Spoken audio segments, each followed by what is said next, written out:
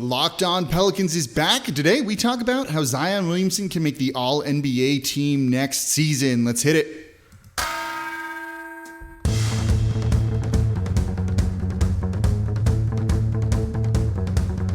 You are Locked On Pelicans, your daily New Orleans Pelicans podcast. Part of the Locked On Podcast Network, your team every day. Welcome to another edition of Locked On Pelicans, the daily podcast covering your favorite team, the New Orleans Pelicans and NBA, part of the Locked On Podcast Network, your team every day, available wherever you get your podcasts. I'm your host, Pelicans Insider, credential member of the media, Jake Madison, at NOLA Jake on Twitter. Here with y'all on this Tuesday, finally back over a week off due to Hurricane Ida. I live in New Orleans, for those who don't know or are just watching on YouTube. I've had to evacuate after riding out the storm for a day. I haven't been back home yet in over a week now because of no power. So different background, kind of different setup. The acoustics are all a little bit different. So thank you for bearing with me while the time was off as I found a suitable way to record and all of that. But I'm really excited to be back and talking Pelicans basketball and get back to some semblance of normalcy with you all as we dive into, I think, what's a pretty big topic for next year. Can Zion Williamson make an All-NBA team? So that's what we're going to look at in today's show. You're going to have to, again, forgive me. I don't have my dual screen set up. I'm working off one laptop here. But we're going to look at how he can make the All-NBA team. You know, how close was he last year? Who's in the way? And who is Zion better than? Because I think that's a bit of an open question when looking at some of the guys in front of him on these All-NBA teams. But then I do see a path, a clear path actually, for him making the All-NBA team. And that's what we're going to look at in the third segment of today's show, in today's episode of Locked On Pelicans, brought to you by RockAuto.com. Amazing selection, reliably low prices, all the parts your car will ever need. Visit RockAuto.com and tell them Locked On sent you. So Zion Williamson was in the running for an All-NBA team last season. He was excellent in his second year. 27 points, 7.2 rebounds, 3.7 assists, and he didn't really start taking off as that point Zion that we saw that was so dominant the league was not ready for until about midway towards the end of January. So now you're going to get a full season of this with a new head coach and hopefully a team that's bought in a little bit more and slightly upgraded shooting around him. Should be in for a big year. And don't forget, the efficiency at the rim that he has is unparalleled in today's NBA. Shooting from the field, 61.1%. He takes 17 attempts per game, scores 27 points. Think about that for a second. That is unbelievable efficiency from the second-year big man, the former number 1 overall pick. So he's really good, but he wasn't that close to making an All-NBA team last season. He didn't finish with one single first-place vote when it came to it. So the All-NBA teams, which go 2 guards, 2 forwards, and a center on all 3 teams. And Zion is a forward, so he's kind of stuck in that bunch. And those guys are good. The first team All-NBA guys were Giannis and Kawhi. Second team was LeBron James and Julius Randle. And Julius Randle, by the way, I looked at his numbers and some of the highlights from him last season. The dude was legitimately incredible. And then the third team was, where'd they go? Jimmy Butler and Paul George. That's tough. It's going to be tough to be ahead of that. And then, though, Zion did receive votes, but he wasn't next in line. He wasn't right there after Paul George, who finished as the forward with the least amount of votes. You had Jayson Tatum in the way. Jayson Tatum, who received 2 first-place votes. So on that third team, you had Jimmy Butler get 131 points. You had Paul George get 89 points. So the hurdle to clear there is basically 90 points to pip Paul George and get onto an All-NBA team for last year. You had Jayson Tatum with 69, so fairly far off from Paul George. And then you had Zion Williamson with 37. That's it. So not even really close to making an All-NBA team last season. Now, some of that has to do with a number of different things, right? The team wasn't good. Team success is a factor in all of this. You know, if you are on a team that's solidly in the playoffs, I think Zion Williamson would have been getting more votes, more consideration for this. He's also a second-year player, which is probably going to end up docking him, not because he's a second-year player, but because his defense isn't that good. And it shouldn't be for a second-year guy. It's not really something you want to hold against him, but when you're looking at some of these other players that are two-way guys, Jayson Tatum's a more well-rounded two-way player. Jimmy Butler's great on the defensive side of the ball. That probably hurts Zion Williamson. Same for Paul George, right? Look at all of those forwards we talked about. Even Julius Randle defended this year. All of those forwards were two-way guys, and that's something that is really important if you want to get on that All-NBA roster. So just due to his age and the year he's in the league at, he's kind of docked indirectly, I think, when it comes to the All-NBA voting, whether fair or unfair. Yes, his efficiency at the rim is unparalleled, but is that enough to make up for it? And I think when voters clearly look at this, they don't think that it is. And that's a bit of a problem if you're Zion Williamson. So lack of team success and not having been an impactful defender is going to let him be left off of these things. So who are these guys in front of him? Who's maybe the kind of the chance for him to jump up? Let's look at some of the people ahead of him. And is Zion Williamson better than them? I think that's a valid question to ask about some of these guys because it's going to be tough to jump them unless you're a better player than them. And we'll do that coming up here next in today's episode of Locked On Pelicans. But before we get to that, today's episode of Locked On Pelicans is brought to you by the SweatBlock wipes, the SweatBlock antiperspirant wipes. Look, excessive sweating is unfun. There's few things in life that are more embarrassing than having to look at your armpits every second, let alone if you're in a presentation. I get sweaty when I talk. I use my arms. You guys see me move a whole lot. I sweat. It's not fun. I don't want to be on camera worried about that sort of thing. Imagine if you're on a first date, right? Trying to make a good impression. Nah, don't want to be sweating through your shirt. That's kind of embarrassing. You don't want to have to wear black shirts in the summer because you're worried that people can see your pit stains. It's not a good thing. So that's why I recommend using the SweatBlock antiperspirant wipes. These things are absolutely amazing. And look, they came in handy when I didn't have power at the house in the middle of a hurricane in August in New Orleans. They're doctor created, doctor recommended, and they work for up to 7 days per use. Plus, they have the dry shirt guarantee. If SweatBlock doesn't keep you dry, you get your money back. It's really that simple. There's no reason not to give them a try. They've been featured and tested on the Rachel Ray Show by firefighters going into buildings and everything. They're a bestseller on Amazon for the past 10 years with over 13,000 reviews. Plus, they're manufactured in the U.S. So if you want to give these things a try, go to sweatblock.com. Use promo code LOCKEDON for 20% off the SweatBlock antiperspirant wipes. Or you can check them out at Amazon or CVS. Today's episode of Locked On Pelicans is also brought to you by StatHero. You know, 85% of people who play daily fantasy sports lose. Is it really surprising, though? The game's rigged against you. You're playing against thousands of other lineups, not to mention experts or sometimes other guys from other companies who just have more tools, more time, more inside information than you. You're not going to stand a chance. It's not fun. You don't want to throw your money away on these things. So I'm pleased to introduce StatHero. It's the first ever daily fantasy sports book that puts the player in control and winning within reach. And here's how it works. StatHero shows you their lineups and dares you to beat them. It's you versus the house in a head-to-head fantasy matchup. Not you versus thousands of others, you versus the house. And you have an advantage because you're in total control. StatHero is showing you their lineup. It's winner take all, but you get to see what they're doing and account for it, not blindly going against other people. There's no better way to get an advantage and win your money. So go to stathero.com/lockedon, sign up for free, and right now you can get 3 times back on your first play. They're giving you a 300% match. That's unheard of. Go to stathero.com/lockedon. Again, stathero.com/lockedon. Okay, so we're talking about Zion Williamson. Can he make an all-NBA team this upcoming year? We just went over his numbers. They're incredible. 27 points, 7 rebounds, almost 4 assists on insane shooting at the rim. And in theory, right, this Pelicans team is a little bit better than they were last year. You like Devontae Graham coming in, kind of replacing Lonzo and or Eric Bledsoe, even though we did a show on that, and you shouldn't compare him to either of those two guys. You've got Trey Murphy, who looked outstanding in Summer League, made the All-Summer League team to get up there and maybe space the court and drain some threes for the Pelicans as well. So their shooting's a little bit better. They're banking on some internal growth in Nickeil Alexander-Walker, Kyra Lewis Jr., Jackson Hayes, Brandon Ingram getting slightly better, Zion himself getting better. That's a recipe for a team being better. And that's going to be an important thing because if the Pelicans want Zion on that All-NBA team, and they do, they're going to need to be a better team. Team success is a factor in this. Look at all of those guys. All of them on an All-NBA team in the forward spot, good teams. Simple. You had the Bucks, champions.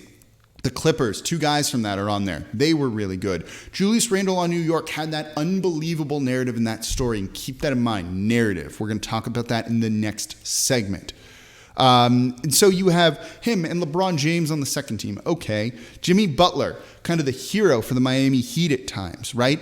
They were an above 500 team by a good bit. They were 40-32.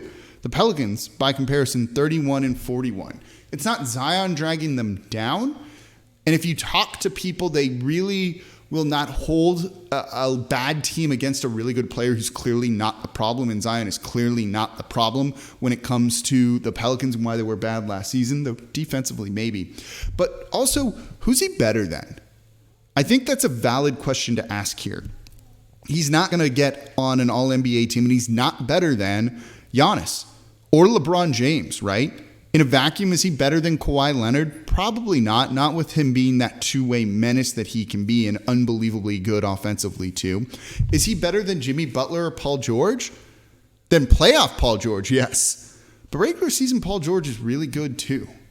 You know, Jimmy Butler being that menace on the defensive side of the ball, it makes up for some of the subpar offensive numbers that you see from him. Jimmy Butler averaged 21.5 points per game last season, 7 assists and 7 rebounds. Those are good, but Zion's basically doing the equivalent of that.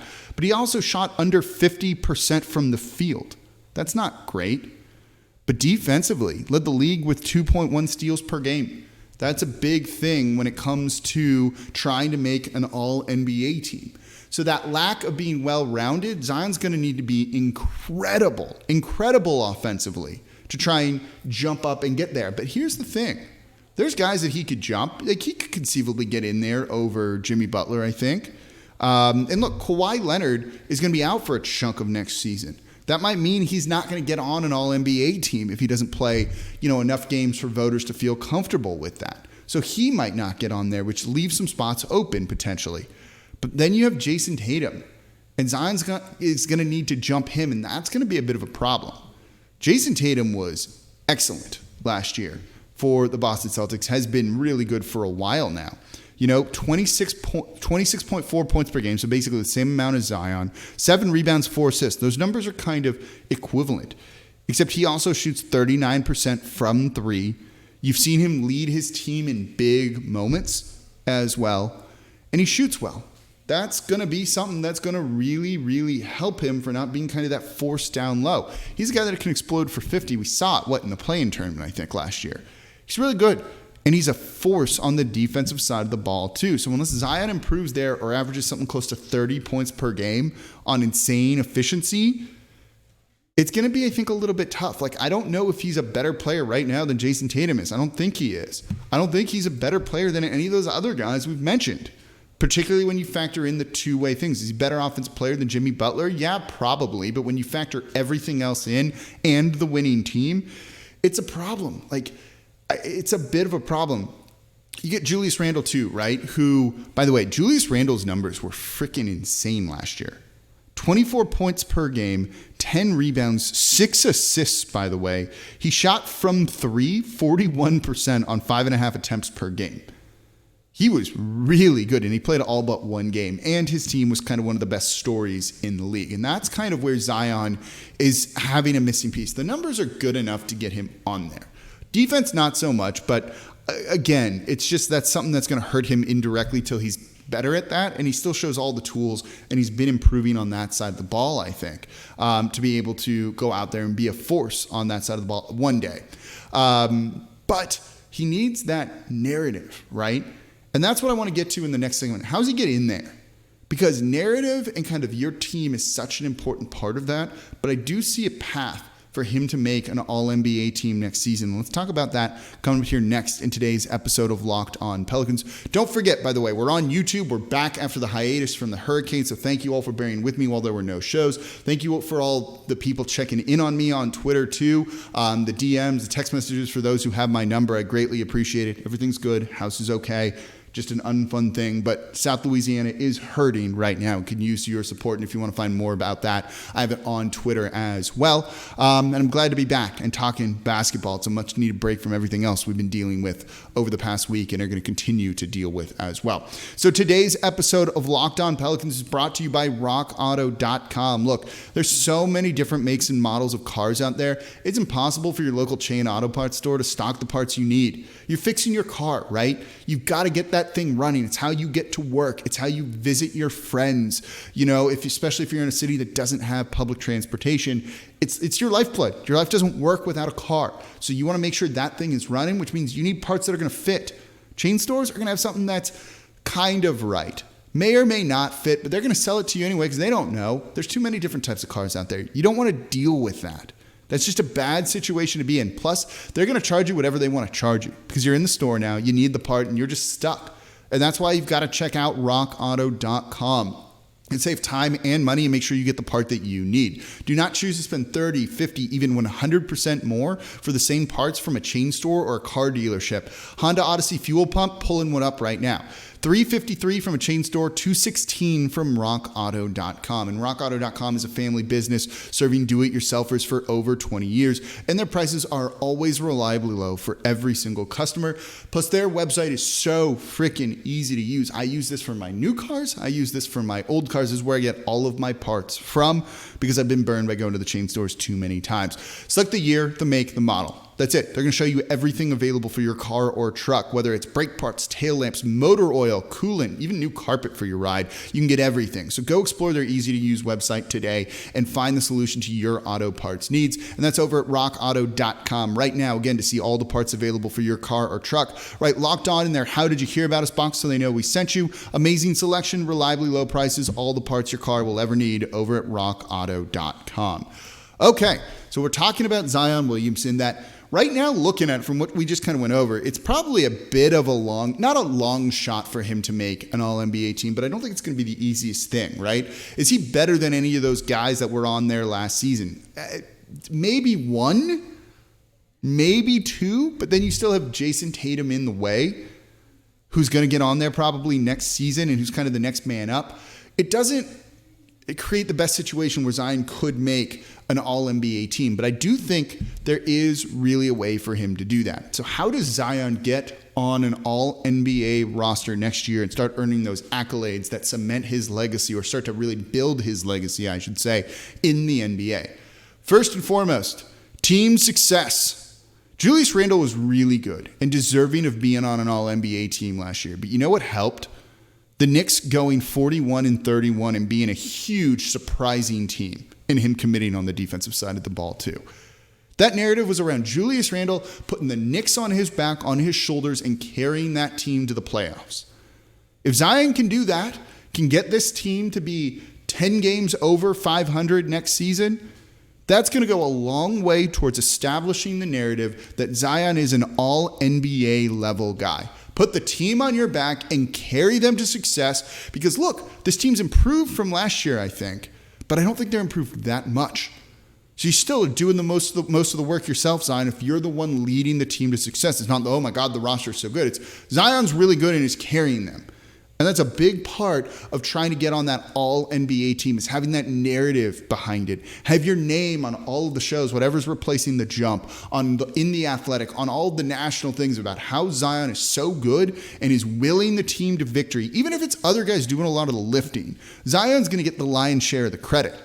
That's good for him trying to make an All-NBA team. Alongside that, they've got to be better in the clutch, and you've got to see him hit like a game-winning bucket or two. That's kind of those like defining moments that are like exclamation points on your resume for these All-NBA teams on the credentials you submit. You get to be like hit game winner X amount of times or against a really good team, right? Or did it himself. Have one of those like moments where it's like They're giving the ball to Zion in a clutch situation, and he is just going to go do his thing because he is unstoppable. And he is. We saw it last year. We just talked about his field goal percentage. No one else is above 50, and it's Zion absolutely crushing it, right? 61.1%. That's insane.